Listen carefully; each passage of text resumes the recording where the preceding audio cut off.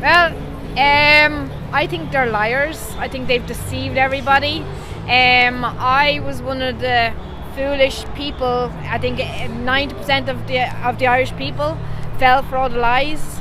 I feel that it was one-sided, that they were literally saying whatever the government told them. So it's like as if there was no journalists making, not that they're making up stories, but they weren't doing any stories. They were just literally reporting what they were told. It was all biased. It was all one-sided. I've been to several demonstrations, all peaceful. And then when I go home, I go up with my parents. They love RTE. They're literally, my dad watches 6 o'clock news every night. And then I'd be seeing what they're reporting, which is not what actually happened. So I'm sort of going, that's not what happened. I was there. Particularly, we were here and some gentlemen got, this white car went past and almost run them over, and they were literally on the bonds, and the car never stopped, and the guards just stood there and did nothing. So the guards are being complacent as well as RTE, as well as the government. So it's all like, it's like as if the government are being told by the globalists to cause chaos, and then when they cause, like, this is chaos, they're to come in with like the solution, where we like or not, we're going to have to agree. Although we're fighting back, so I'm not going to agree, and but I've been brought up on RTE, and I believed everything that they said, and I thought it was very, I'm ashamed of them. I'm very disappointed. I'm disgusted, because I know my mum loves Gay Byrne and Ryan Tubridy, and I don't know actually how she feels right now, but I know I'm ashamed of them, ashamed. And then what stuck out for me, all the reporting, particularly the Late Late Toy Show, they used it as a propaganda tool to promote the vaccines, and had small innocent children, like, given injections, and then the little one kind of almost hit the thing, go do what you're told. And I'm sort of going, that's how brainwashed they're after making us. And I'm sort of going, that's shameful. Who's this? This is Toby Tubridy, and he's here in the vet centre today to be tested for coronavirus.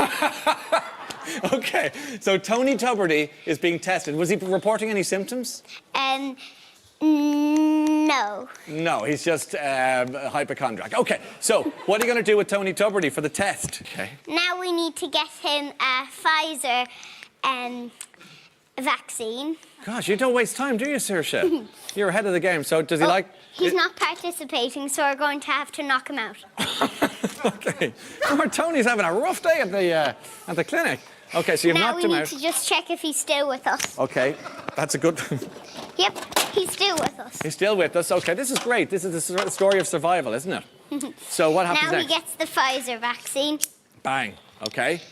I fell for the lies. I got jabbed twice, and because I thought I was doing the right thing, I was protecting my mum and dad. My son told me that I wasn't allowed to be an anti-vaxxer, even though I never heard that saying until he said it, and I was going, what is that?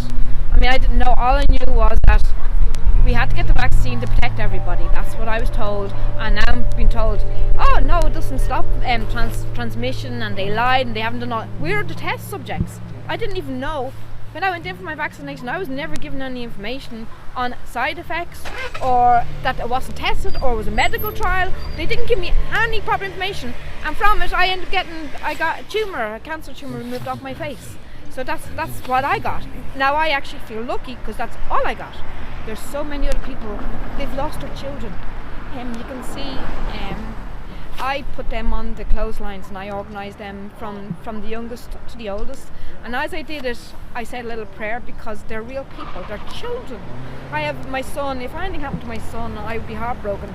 And all these families are after losing their beautiful innocent children, because they thought they were doing the right thing as well.